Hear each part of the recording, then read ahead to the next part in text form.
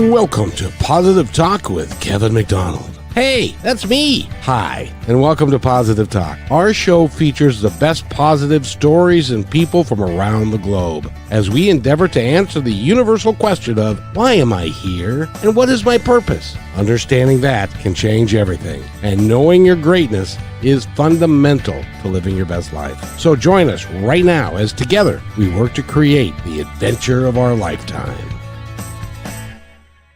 Oh, sometimes we want to find out why we're here, and we want to do what we think we can do well, but we don't know how.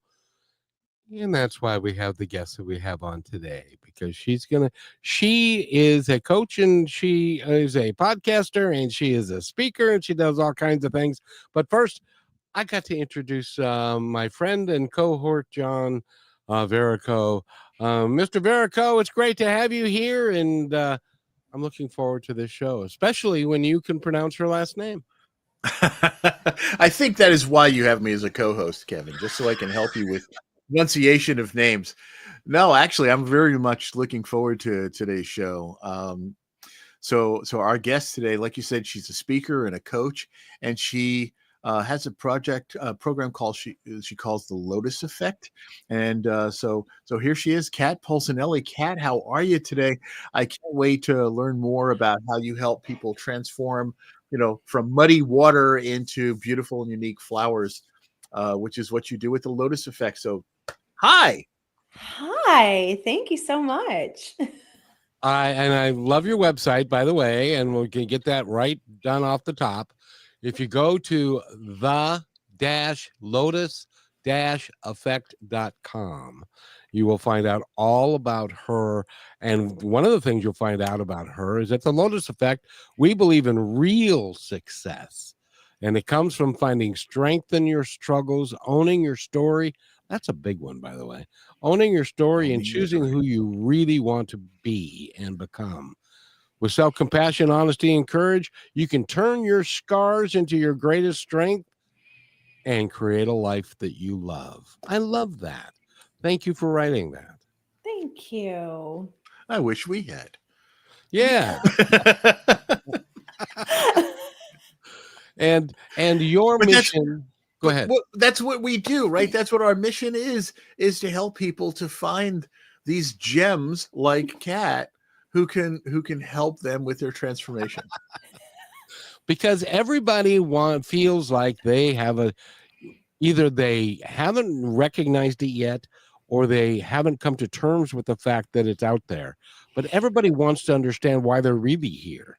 I mean, we know, you go get a job and you do the everything that everybody's expecting of you, the kids and the house and the cats and the dogs and the picket fence. But why are we really here? What kind of a difference can we actually make? And can we make that difference? And some people say, no, you can't. But Kat, you talk to people and you help people, entrepreneurs and others all the time, figure out that they can do those things, don't you?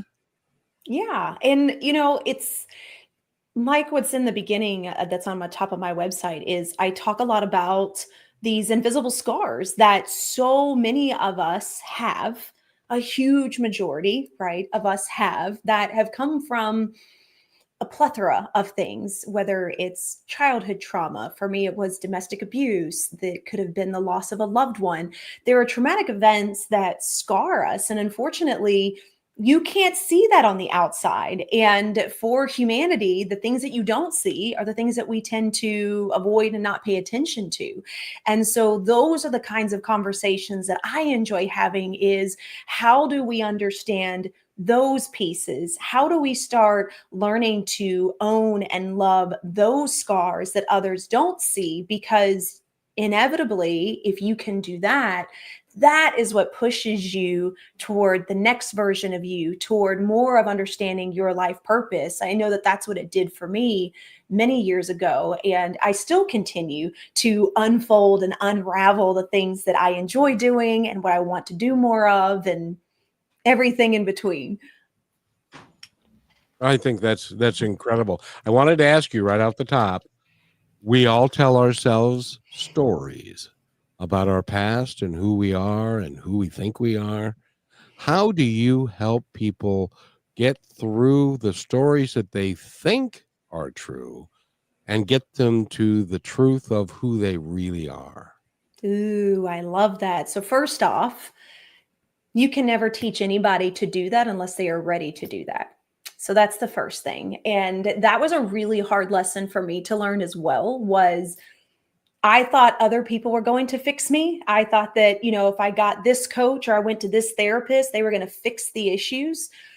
That's probably the worst thing that you can think, because you're giving away your power is what you're doing. And so for me, what I do is I help other people connect with the things that I've been through, because I know so many others have been through it, have thought about it, have been in similar situations. And that right there creates connection and it creates support. From that, you can then make the decision where you want to go. Then we can have deeper conversations. I can share with you about the things that I learned through it, the lessons that I took away from it, and how it made a difference in my life. But it doesn't mean that it's going to completely transition into what you are going to ultimately end up doing. So my job is to share my story, share the connections, share those deep pitted moments that so many people are already in the back of their brain thinking, am I crazy? Would anybody else really feel this way? Would they really think this? Telling them they're not by sharing my pieces and then leaving that open for them to decide where they want to take it from. And Kat, that's so important. It's probably the first critical step is realizing that they're not alone in what they're feeling or what they've. I mean, everybody's experience is going to be a little bit different, right? We had abuse. Your abuse is not the same as that person's abuse, the same as that person's abuse, and my abuse, whatever we've faced. It may not be the exact same situation, but there are similarities, or there are connections, there are things to say, hey, we've all gone through the crap, right? Mm-hmm. Some kind of crap. And knowing that they're not alone in having faced crap, but also that they're not alone in having to deal with it and to accept it and to realize that the things that they're feeling about that crap is normal, and that they can get through and get past that. And that opening that door, I think, is so critical in what you do, in making that connection first and then taking them to those next steps. So take us through a little bit of that. Well, but first, by the way, John, I just wanted to mention that I think you set the world record for saying crap in a sentence. I was trying to do that. So fortunately you didn't say the other word that would have gotten us beeped. But no, that's one of the 7 words, I think, that you're not allowed to say on radio or television. But so that's why I said crap. Life is going to deal you crap, and you have the opportunity then to decide whether or not you're going to wallow in the stench of it, or if you're going to turn it into fertilizer. And Kat, I really want your opinion on this, because I don't feel like my life, even though I've gone through what I call a bad country music song period, where my dad died, my dog died, my wife left, I lost my house, and all that stuff. But I don't feel badly about it, and I don't feel like it was crap. I felt like it was part of the plan to get me to where I needed to be. Are there very many people like me, or do I need to be on medication? No, I'm just kidding. No, there are a lot of people that are there are a lot of people that are like you, but here's the beauty in that. You are on a different level and a different journey than what other people are at, right? I'm sure that you went through younger years where it was more of like, woe is me, or what is going on, or why is life hitting me? And I did the same thing. Today, I can go through certain things and I don't necessarily feel like it's my fault, or that I should be guilty for it, or that there is something wrong with me. I understand that it is part of the journey. But what's interesting is we are not taught that from a young age. We're not taught from a very young age that it's okay, crap is going to happen, you're going to fail. I mean, if you really think about it, I know that even having a really great upbringing, my parents were older school mentality, so a little bit stricter. And it was kind of more of like, you're going to figure it out and just get over it. we weren't taught the mechanisms that I now have, and I'm sure that you've learned along the way as well, Kevin, which is maybe this isn't always happening to me. Maybe this is part of it. Maybe there is something that I can learn from it. And so that is something that, while some people have that at a lot younger of an age, or maybe thankfully they haven't been through so many traumatic events, there is a very large majority of us that all of those bad things happen first. And because we just continually see it, we don't know how to see the other side. And it takes that growth, and it takes that want to do something different and feel a different way to then get to the thinking that you and I are now at. That makes perfect sense, John. Now, I was just going to add, when people just have so much overload of negative things happening, it's hard for them to even realize there is another version of life, that Yeah. there is something on the outside. How can you help people to believe that there is a brighter days ahead, or there is another path? Again, it starts from inside, but I will say this. Every person that is going through something, and myself was included in this, there was still a very small part of me that knew there is no way this is it. We tend to ignore that because it is so small and everything else is so huge that we're like, this doesn't make any sense. This I am seeing. So this has to be it. But every single one of us have those moments where we are poked, or we hear that little voice say, but it could change. The difference is, do you want to make the decision to follow that small voice versus all of the other things that are sitting in front of you? And that takes a measure of intestinal fortitude, doesn't it? Yes, it does. Because if I wanted to talk to you, ask you about this, about the victimhood thing. How prevalent is that in our society? I'm a victim of all these things, and they don't feel like, and they're giving away their power because they're not feeling like they have the ability to do anything other than be a victim. I think that it's very prevalent in our society. And I feel like I am seeing it more now than I ever have. Now, that could also be because we have social media, and we have the internet, and we have the news, and all of that seems to just like cram it down our throats.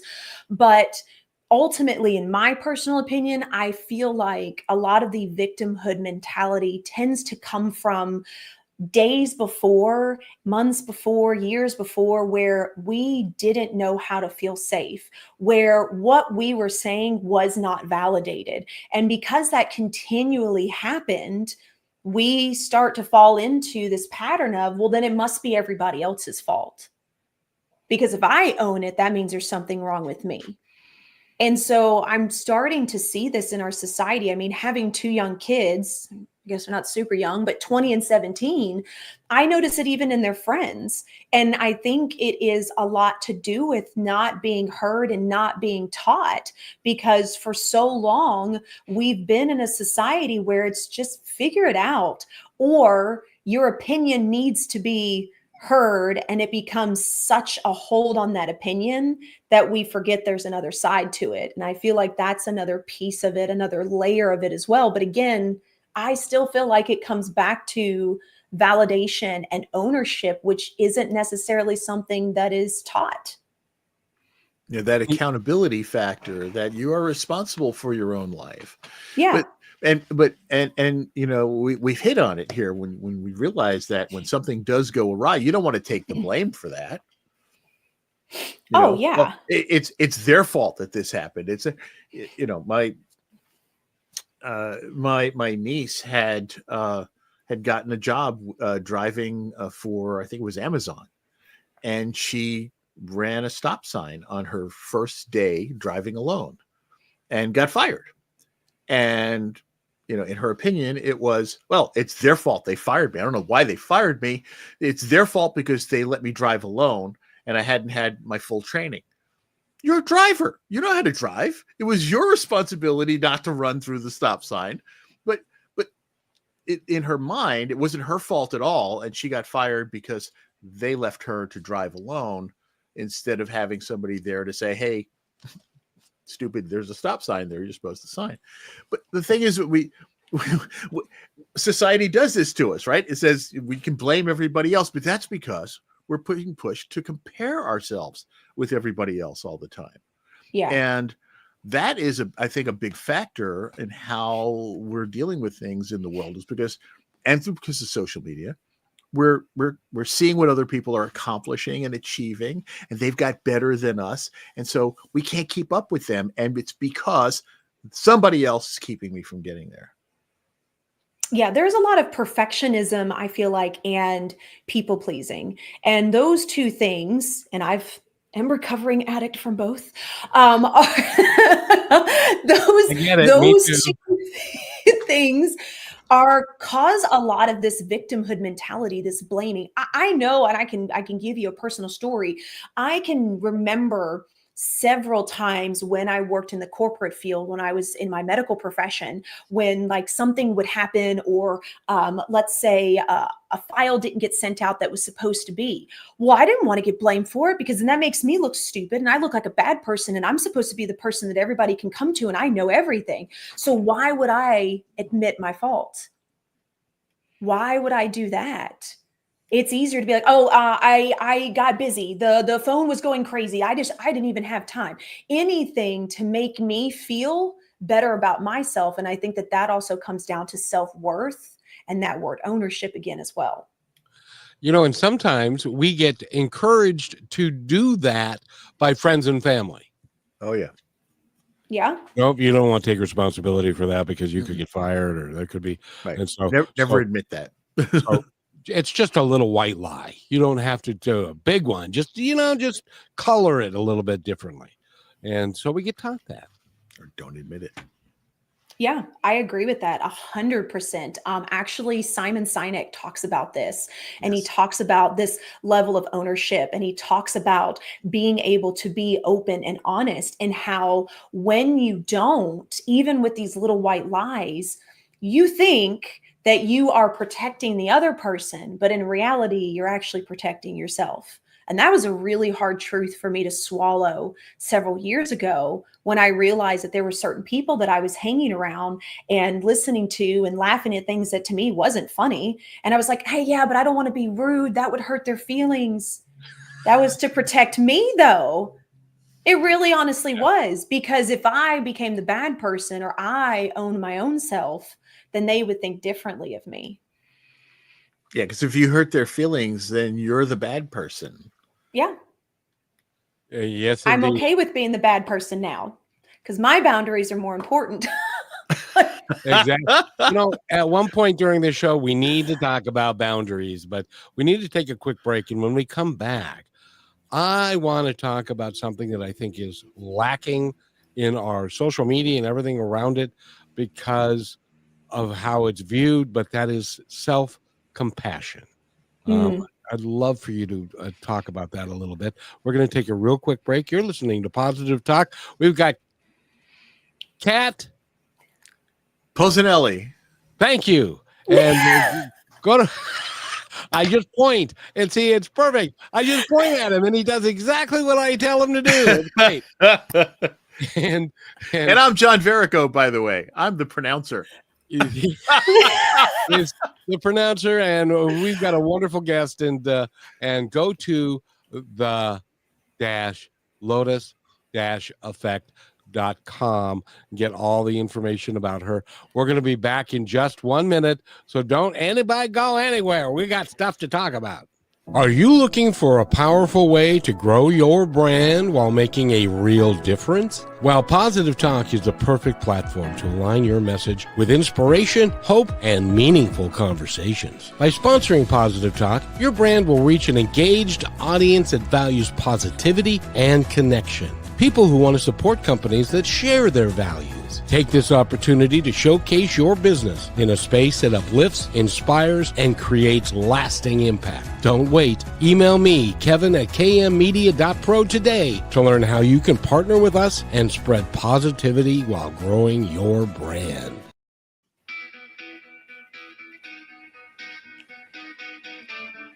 I mean, I'm good with this.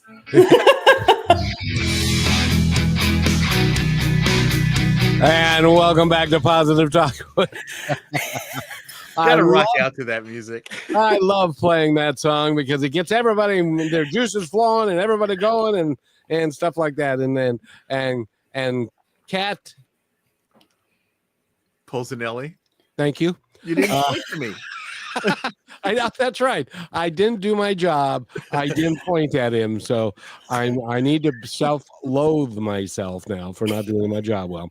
But I wanted to ask you, Kat. She's a coach and she works with entrepreneurs and she works to help people live their best lives. That's a good way to describe you, isn't it?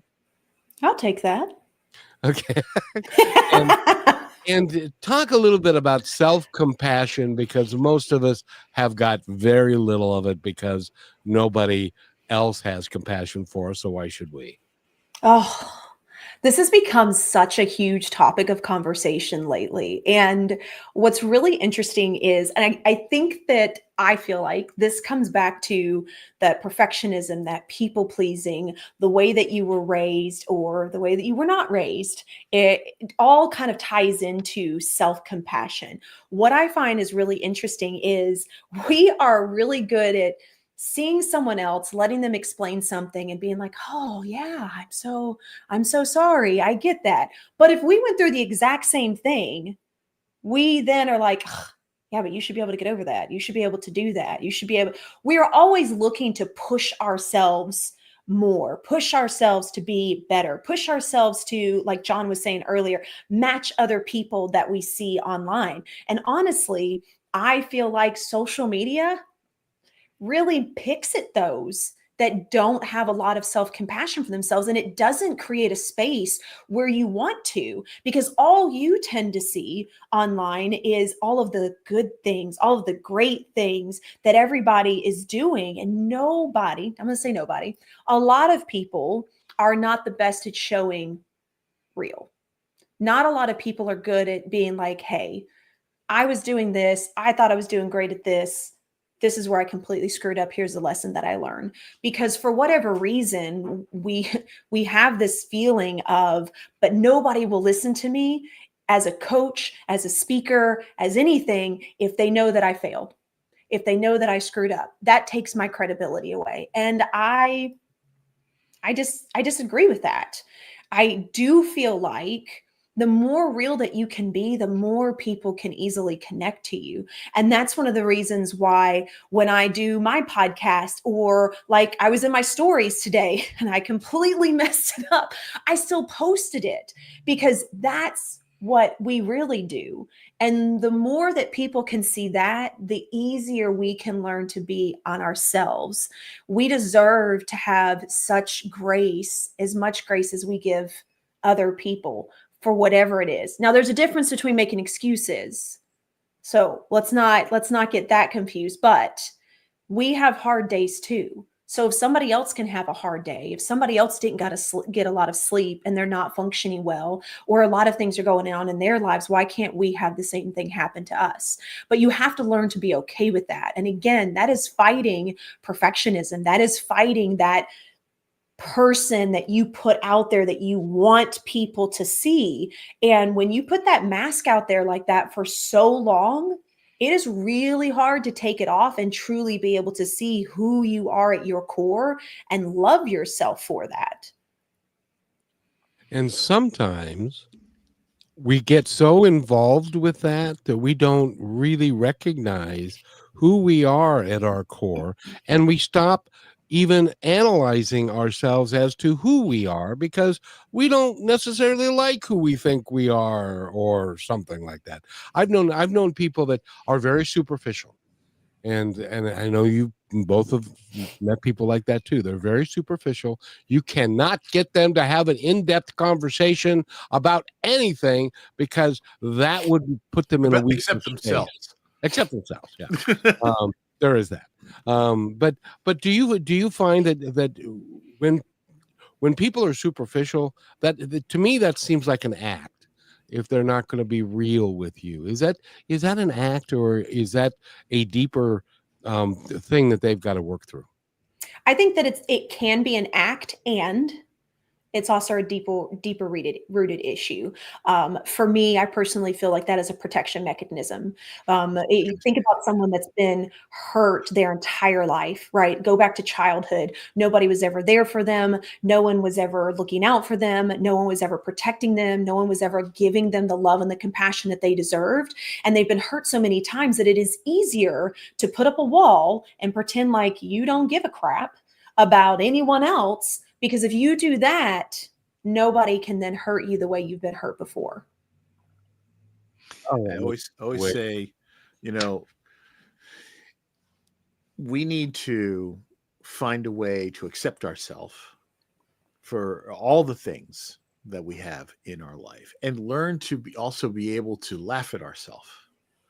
Because if we don't, then we give other people the power over us to laugh at us or to pick on us or to, you know. And so you've said it several times throughout this whole thing, Kat, is you've talked about, you know, giving other people the power.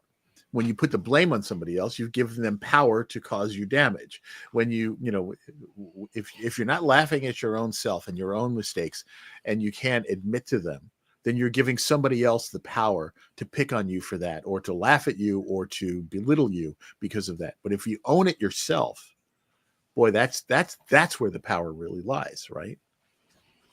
That is the ultimate control. And I will say that as a person who thought she controlled everything in her life. Doesn't work that way. Cause panic attacks. That's what happens. But I did that for a really long time. Eye-opening, isn't it? It is. And here's what's really interesting. When I was in my abusive relationship, I was in that for 10 years. When I got out of that relationship, I was like, I can totally put that behind me. I don't care. He doesn't matter. My kids are important. My job is important. But what happened was I became a micromanager at work because I needed to know everything that was going on. Because if I knew, I felt safe. That happened in my relationship over a 10-year span. If I was able to predict what was going to happen, it was easier for me to handle it and know how to get out of it, because I could already see what was going to go on. And I did the same thing in my life. And I mean, down to when my kids would go to the store, what store we were going to, on what road, at what time, because I needed to make sure that we made this big circle so we weren't wasting money or gas. I was that in control. And I was like, this is great. I am in control of my life now. No, I was so afraid of not knowing the unknown, because the unknown got me hurt so many times that it was easier for me to hold on to absolutely everything. And that caused heart issues. I was diagnosed with anxiety, and I had to learn that actually the more that you just let go and understand that the world is not all trying to beat you up, but crap happens and it's okay, the more in control I actually became of my life. And the easier it was for me to actually handle when bigger situations arise, versus shutting down and going into that flight, fight, or freeze mode. I was able to calmly assess and calmly decide what were the next moves. And that took a lot of years to learn. I was just going to ask, can you talk a little bit about that transformative journey, and what that was like, and what were some of the revelations that came to you that helped you through that? Yeah. Oh gosh. How long do we got? So hold on. Let me back up. Revelations. Be vulnerable. No, No, sorry. I will start with this. How about this? When I got into the entrepreneurship space, I was like, okay, we're going to run this just like I did in corporate. I'm going to work 8 to 5. I'm going to have this time. I'm going to make sure these things are done at this time. That didn't happen. And every time that I tried to make it happen, life happened. I mean, I have 2 kids. And so I would be like, okay, I'm getting all this done. Yes. And then like I get the phone call and I'm like, I have to go pick my kid up. He's sick. And then it was like, oh my God, my whole day is wasted. What do I do now? Now I got to find time to do this. And this is now not done. I'm weeks behind because I didn't have these conversations. What I started to do, and I actually hired a coach that helped me with this, was we started taking micro breaks. So I would plan my day out, but I would leave space in it for if things happened so that I could just take that one block of time and be like, okay, well, we'll just move it to this day and we can get it done here. And then I would take these micro breaks, which was weird for me because I didn't take a break because I was a go-getter. I was going to get it done. And so that's what we started doing. So several times throughout the day, when I felt that I was just going out of control or just going nonstop, I had to stop for 5 minutes. That's it, 5 minutes. Take a break, step out of my office, walk outside, take a deep breath, light a candle, refocus, and then go back into it. And by doing that, I was able to start controlling little by little the things that used to overwhelm me, stress me out, freak me out because it wasn't getting done. And it started becoming easier to be like, okay, it's okay. I can do this tomorrow. I can do this in 2 days. Nobody's gonna die. I didn't email that person in 24 hours, but I don't think he hates me. It's okay. But it takes a lot of, like you're talking to a child, it takes a lot of reassurance and validation for yourself. I'm willing to bet the first time that you did that was the most uncomfortable experience that you've had in a long time, because that was so totally out of the norm, out of what you were used to. Oh yeah. Oh yeah. I think I almost had a mini panic attack just sitting there, but should I be doing something? But maybe I could let me just think about like what I should be doing in 5 minutes. And I was like, no, I'm not supposed to do that. That doesn't work that way. It It doesn't work that way. Yeah. If you're taking a break to think about what you're going to do when you get back from the break, you haven't taken the break. I have not taken the break. It was so uncomfortable. And not even the first time, Kevin. For months, it was so uncomfortable. For months. I mean, I remember sitting down on the couch at night and I was like, okay, I have done good. I deserve to watch TV, but I should be doing more. I feel like I should be doing more, but it's like 7:30 at night, but I feel like I could have sent a couple more emails. And I'm like, no, this is what we were talking about. But I literally had to walk myself through it time after time after time again to be able to be okay with it. And now I'm like, I got 10 minutes. Don't touch me. Don't talk to me. Don't come out here. This is my time. I don't want to hear nothing. Everybody Did you have to do it in incremental steps? Because you were going to do what? Take a break, right? Yeah. Oh, That's what we've got to do right now. But we'll be right back after this station break. Stay with us, please. You're listening to Brushwood Media Network, the best in syndicated talk, news, and entertainment shows. You are all about having a good experience and listening to positive podcasts. Now, when you're online, you can have a positive browsing experience too. Connect to NordVPN server when you go online. NordVPN makes it simple, safe, and secure for you to explore the wide world on the web. Visit NordVPN/positive talk radio. Again, that's NordVPN/positive talk radio to get our 71% discount savings when you visit NordVPN/positive talk radio. You can try it risk-free for 30 days and stay safe while you're online at NordVPN/positive talk radio.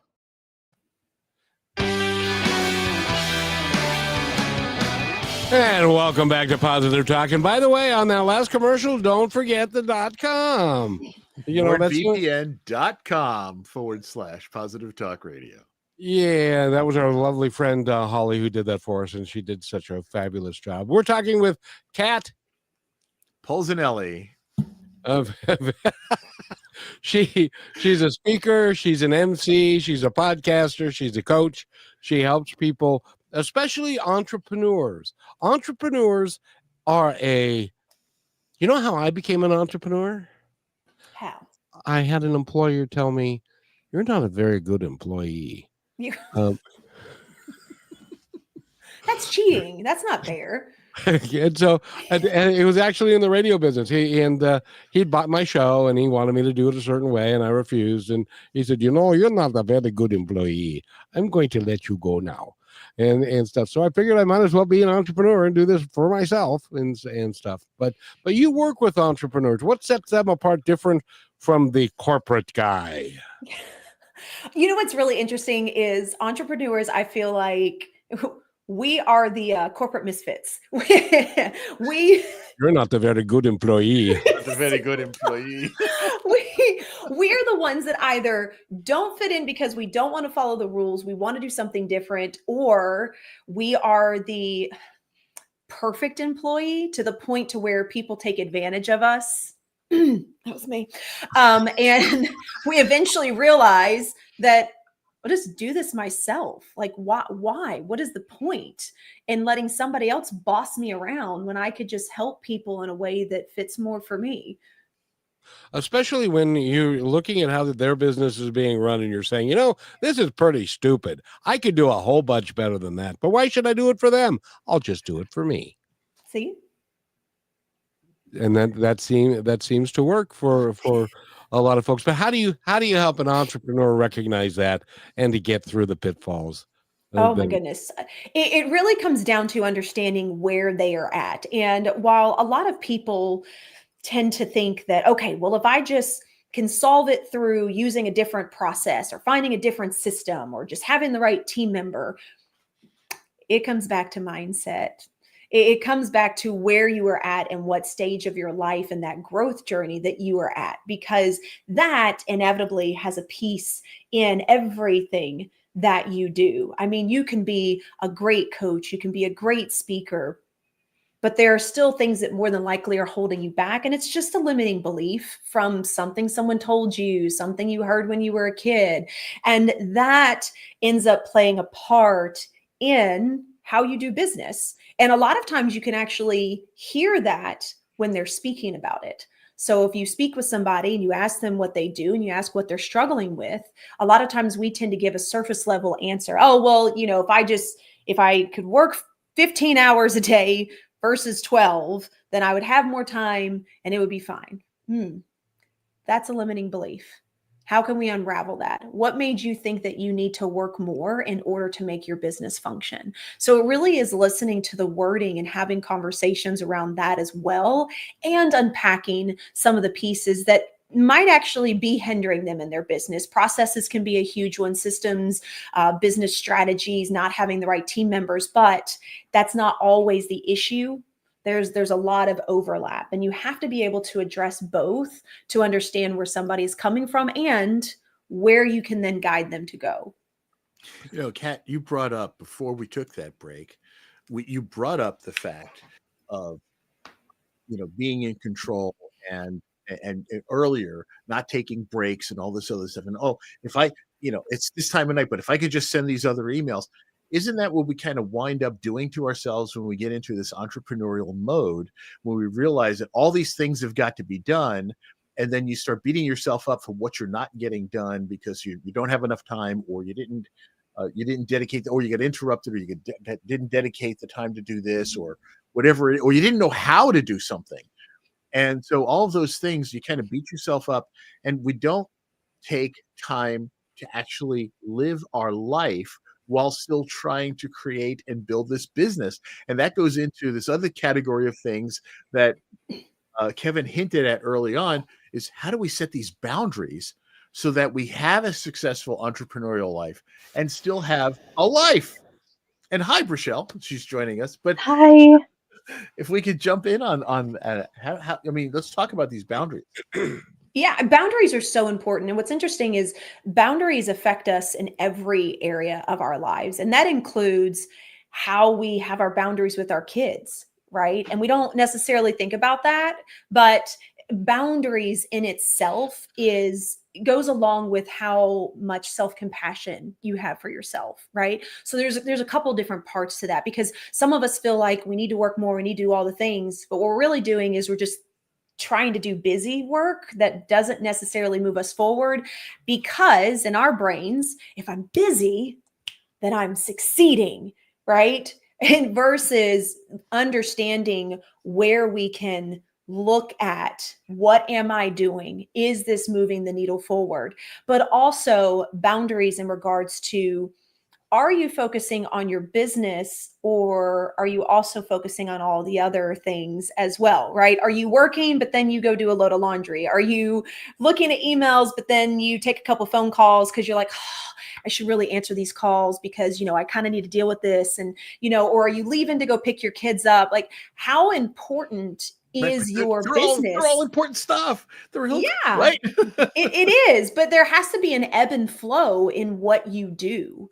And that was a huge reality for me as well, is sometimes my kids need me more than my business needs me. Sometimes my business needs to be more focused on, and I know that my kids are taken care of. So you have to be able to ebb and flow within those, but you still have to have boundaries in regards to, okay, I want to focus 6 hours today on my business. I know that my kids have this thing going on this evening. So you know what? I'm going to start an extra hour earlier to get that done because I want to make space for them. That is a boundary, because you are still giving yourself the time and you're saying, this is what I want to focus on, but I also want to make sure that this priority is taken care of as well. And I don't think that we realize that our boundaries can have some flexibility in them, right? I did the same thing when I was first in I'm going to say up to last year in my business. If my kids needed me, I was like, oh, you know what? Let me just take this call real quick.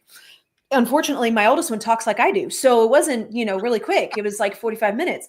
So love you. So I had to learn that if you're not dying and it isn't an immediate question that you need, can you talk with me later? And I had to retrain them like, hey, I'm going into these meetings. I'm not going to be available from this time to this time. You can catch me at lunch. Now they know that if they need something, they can always text me. But I had to create that boundary because my business was important to me. My kids are still extremely important, but I was allowing them to overrun what I was actually considering my own priority because I felt like, but I'm a terrible mom. I should answer their questions. They're fine.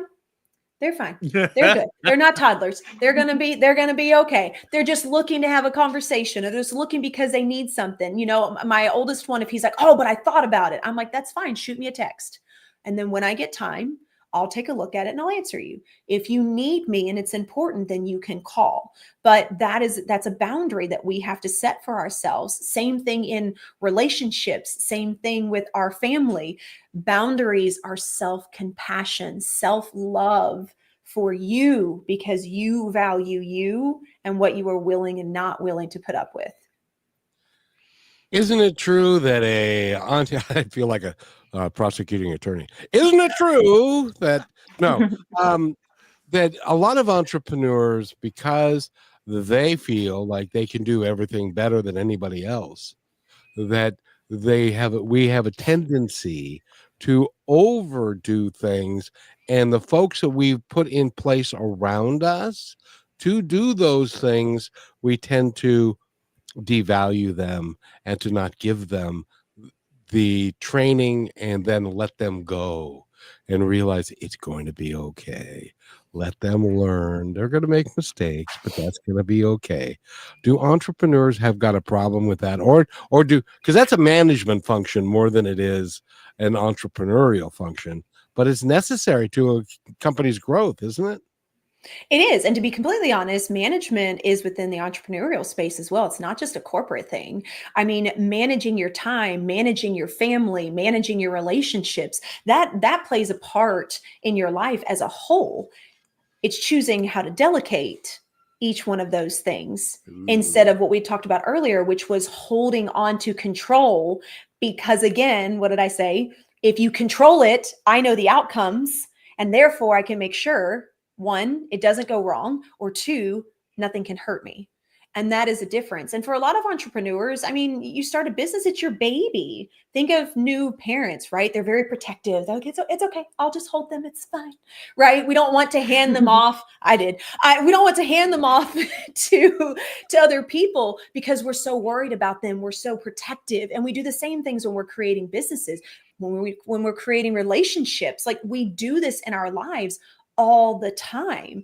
And so it's understanding that in order to grow in any aspect of your life, you have to realize where your strengths are, and then the things that you're not so great at, and then who can help in those arenas. I mean, that's the whole reason for people being coaches, because other people realize that they need to strengthen an area or they need additional help, and they realize that, so they reach out to somebody else who is better fit for it to help them then understand how to move forward. So it comes down to understanding, again, what your time is worth, where your boundaries lie, and then how you decide to manage that. You brought up an interesting point there about the delegation and what other people are better at than you are. It's so many times, and this happens in all kinds of organizations, whether it's a big corporate entity or a government agency or a nonprofit or entrepreneurship, where you've got a small business, is you hire somebody or you bring somebody in to do those things that they're better at than you are. Then you try to micromanage them and tell them how to do what you've hired them to do because they've got the expertise to do and you don't. And we see that so often. And what does that do? That devalues their, what they bring to the table, but it also takes away their ability to help you. Oh, yeah. 100%. And again, that comes back to that aspect of control, right? I told you I'm a recovering micromanager. It's what I did when I was in the medical field.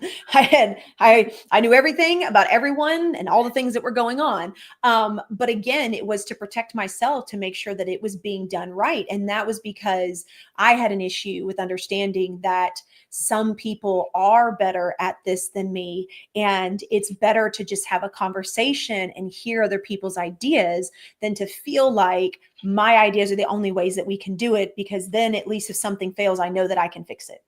So it comes back to that control. It comes back to a little bit of that ego that comes from that, and that perfectionism piece as well, of being able to just say, you know what, I honor that you actually know this, and this is something I would have never thought about.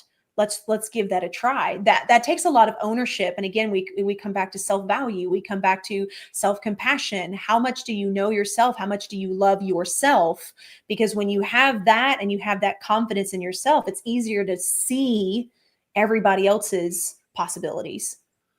Well, and to that point, Brachelle, it's time for us to take a break. Could you take us to break? I'm delegating that to you. Sure. So we're speaking with Kat. Help me here, Kat. How do you pronounce your last name? Polsinelli. Polsinelli. By the way, that's been my job the whole show. Yeah, by the way, Brachelle. We've dedicated John as the difficult name pronouncer for the announcing of the show. So all you have to do, Brachelle, and we'll play this game. Just point to him, and I'll plug in the name. Well, we're talking with Kat. Everybody stay here, and there's always good stuff to listen to, so we'll be right back. Last week, Brandon met a girl on a dating app. One day after work, he finally found the courage to ask her out. No answer. He started to panic. Was he being too pushy? Maybe it was too... Hey, sorry I didn't respond. I was driving. I would love to go on a date. How does tonight sound? Brandon tried to play it cool, but inside he knew. A girl so smart, so responsible. She must be a keeper.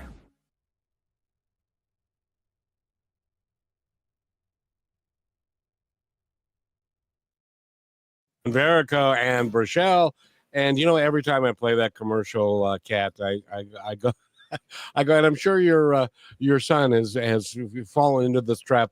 No girl is going to accept a text message and then say, "Sure, let's go out tonight." That just doesn't happen.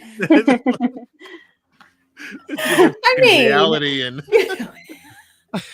that just doesn't happen. You guys are much more discerning than that. At least most of the women that I've tried to text. I'll give you that one. Yeah. Mine always started from the baseline of no. So yeah. Rejection. Brachelle, welcome back to the show, and I'm glad that you're here. And I know that you love Kat and wanted to. Did you have anything that you wanted to contribute right away?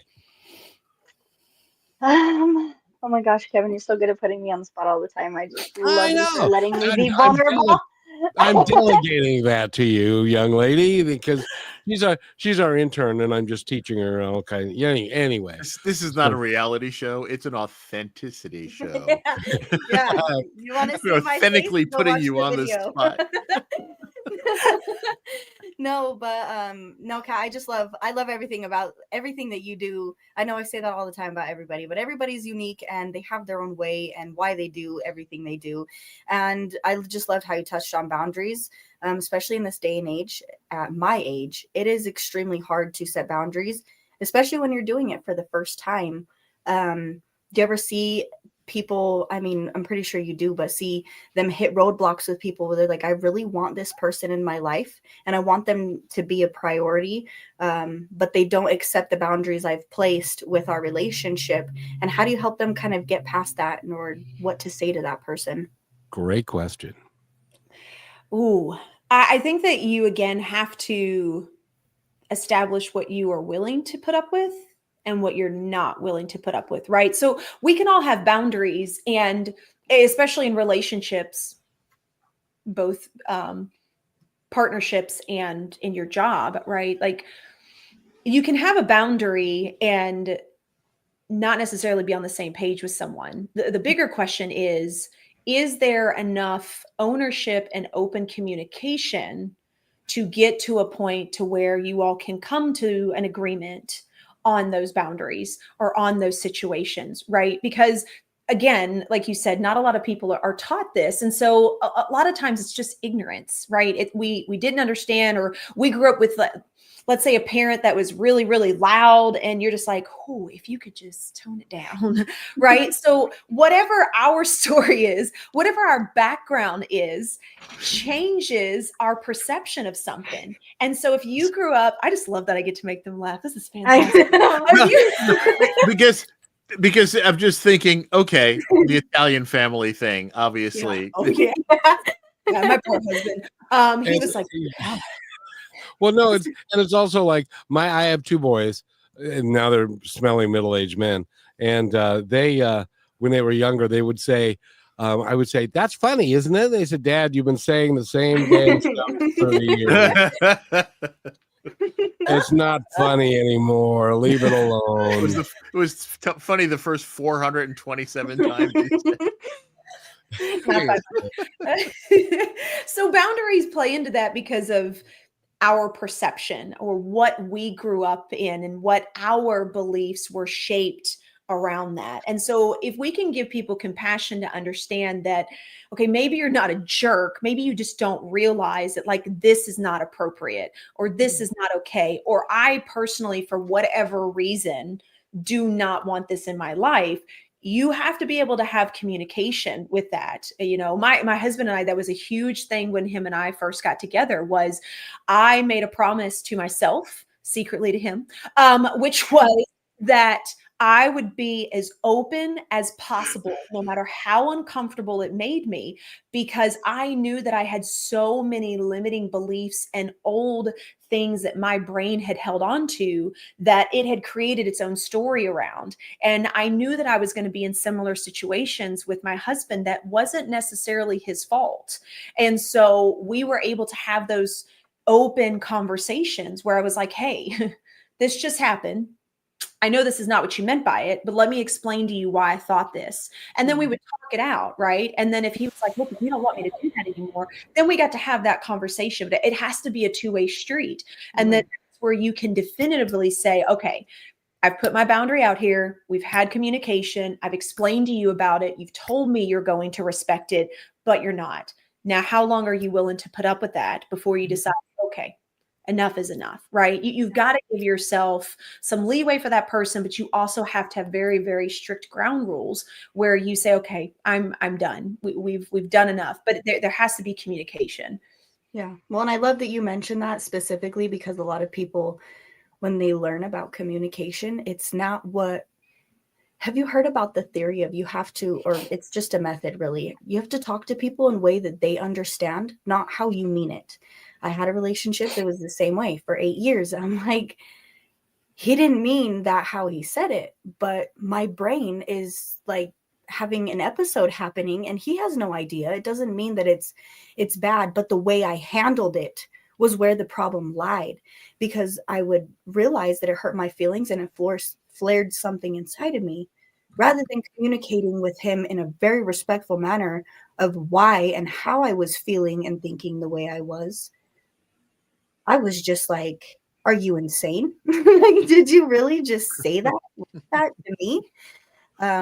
So I think that's very important, not just the communication side of it, being mature, being able to be grown and have a vulnerable, open state with people in your life. Because I think if you can't be vulnerable with the people around you in your everyday, then you should probably take a look at that, because it starts to really weigh on you. So that was a good point. And thank you for that knowledge. I think it's important for everybody to hear, like, a lot of these problems, all these things we have going on in our life comes down to communication with other people and even yourself. So that's awesome. And Kat, I wanted to ask insightful, Rochelle. Thank you. Yes,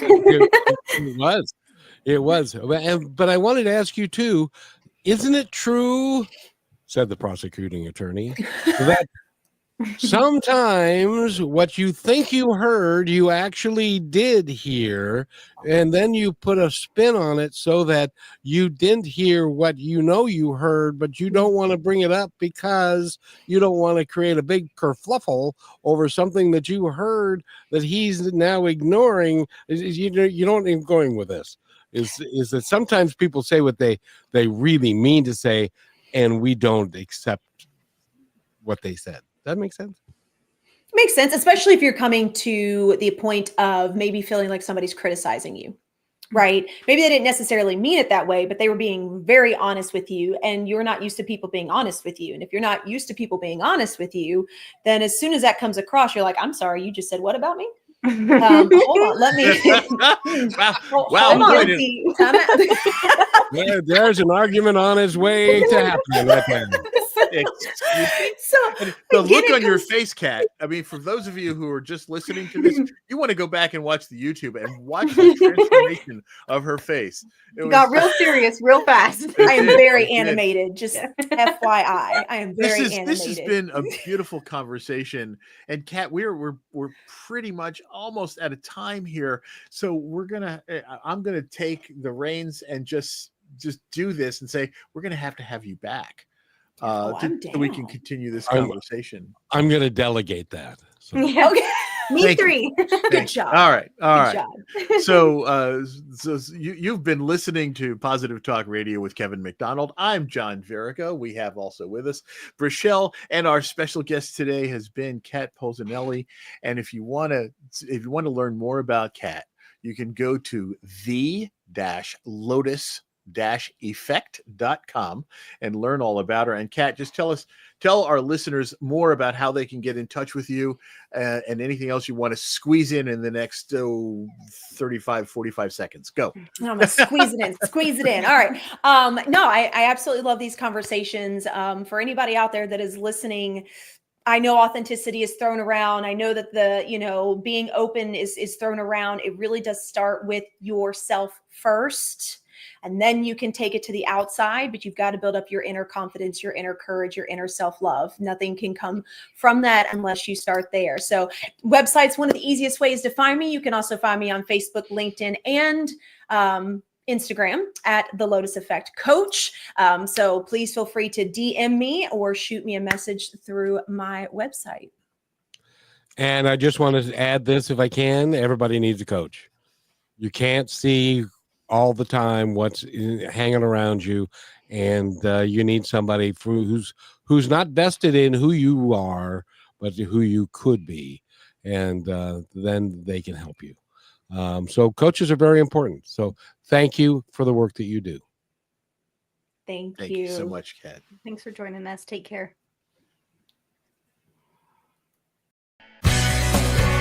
Thanks for listening to this episode of Positive Talk with Kevin McDonald. Our purpose is to provide everyone with a positive, entertaining, and educational experience. I would love your feedback and comments about the show, including possible topics and great guest suggestions. Please email me at kevin@kmmedia.pro. And remember, Be kind to one another because each other's all we've got. That's Kevin at kmmedia.pro.